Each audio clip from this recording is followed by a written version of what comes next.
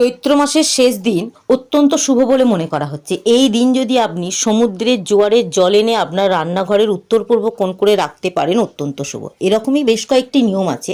যেমন ধরুন, একটি 1 টাকার কয়েনকে সূর্য অস্ত যাওয়ার পর এই একটি স্থানে রেখে যদি দিতে পারেন, তাহলে কিন্তু আর্থিক দিকের উন্নতি বৃদ্ধি পাবে। এবং বেশ কয়েকটি নিয়ম আছে যেগুলো যদি আপনারা ভক্তি এবং শ্রদ্ধার সাহায্যে চৈত্র মাসের শেষ দিন করতে পারেন, তাহলে নতুন বছরটা কিন্তু আমাদের জন্য অত্যন্ত শুভ হবে। শুধু আর্থিক উন্নতি বৃদ্ধি পাবে, বাস্তুদোষ দূর হবে, নেতিবাচক শক্তি দূর হবে তা নয়, আপনি কিন্তু স্বাস্থ্যের দিক থেকেও উন্নত হবেন। আপনার রোগ ব্যাধি কিন্তু আস্তে আস্তে দূর হয়ে নতুন বছরে আপনি সুস্থ থাকবেন। চৈত্র মাসের শেষ দিনটা একটু ভোর ভোর ঘুম থেকে উঠবেন। ঘুম থেকে ওঠার পর কিন্তু অবশ্যই নিম পাতা এবং কাঁচা হলুদকে বেটে আপনি আপনার শরীরে মাখবেন।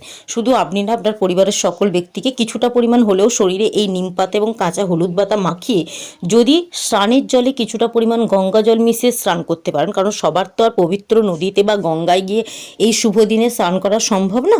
তো আপনারা বাড়িতে কিছুটা পরিমাণ গঙ্গা জল মিশিয়ে যদি আপনারা স্নান সম্পন্ন করতে পারেন নিম পাতা এবং কাঁচা হলুদ মেখে, তাহলে কিন্তু নতুন বছরের যে আসছে আমাদের স্বাস্থ্যের দিকের উন্নতি কিন্তু আমরা বৃদ্ধি করতে পারবো।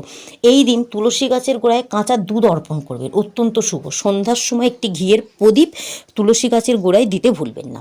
এই দিন আপনারা একটি সাদা কাপড় নেবেন, কিছুটা পরিমাণ তুলসী বীজ, যেটাকে বলা হয় তুলসী মঞ্জুরি, সেই সাদা কাপড়ের মধ্যে রেখে আপনি মা লক্ষ্মী দেবীর নাম স্মরণ করবেন, ভগবান বিষ্ণুদেবের নাম স্মরণ করবেন। করার পর সেটিকে গিঁট দিয়ে তুলসী গাছের কাছে রেখে দেবেন। হ্যাঁ, রেখে দেওয়ার পর পুজো সম্পন্ন হয়ে গেলে সেটিকে আপনি তার পরের দিন আপনার ক্যাশ বাক্সে রেখে দিতে পারেন, অত্যন্ত শুভ বলে মনে করা। এটা কিন্তু ব্যবসা স্থানে পড়লে অত্যন্ত শুভ ফলাফল পাওয়া যায়, ব্যবসার দিকের উন্নতি অতিরিক্ত পরিমাণে বৃদ্ধি পায় মা লক্ষ্মী দেবীর আশীর্বাদে। এই দিন আপনারা একটু হলেও খাবেন তিতো জাতীয় খাবার, কারণ এই দিন তিতো জাতীয় খাবার খাওয়া অত্যন্ত যেমন শুভ। এই দিন নিম গাছের একটি ডালকে যদি আপনি আপনার প্রধান দরজার কাছে ঝুলিয়ে দিতে পারেন, তাহলে কিন্তু মা লক্ষ্মী দেবীর আশীর্বাদ যেমন লাভ করতে পারবেন, তেমন সংসারের মধ্যে কোনো নেতিবাচক শক্তি কিন্তু প্রবেশ করতে পারবে না। এই পবিত্র দিনে কিছু দান করতে পারেন না পারেন, কিছুটা পরিমাণ ধান যদি কোনো গরিব ব্যক্তিদের দান করতে পারেন, মা লক্ষ্মী দেবীর আশীর্বাদে আপনার সংসারে কখনো অর্থের অভাব হবে না। এই দিন আপনারা অবশ্যই কিন্তু কিছুটা পরিমাণ গঙ্গা জল আপনার বাড়ির সদর দরজার যে চৌকাঠ আছে তাতে ছিটিয়ে দিতে ভুলবেন না। আপনি এই দিন 1 টাকার কয়েন নিয়ে ভক্তিপূর্ণ টোটকাটি করতে পারেন, যা অর্থকে ধরে রাখতে সাহায্য করবে সারা বছর। আপনি একটি 1 টাকার কয়েন নেবেন, কখন নেবেন? সূর্য অস্ত যাবার পর। সূর্যের অস্ত যাবার পর ওই 1 টাকার কয়েনটিকে নেবেন। নেওয়ার পর কিন্তু অবশ্যই আপনি একটি লাল কাপড়ে ওই 1 টাকার কয়েনটিকে বেঁধে নেবেন।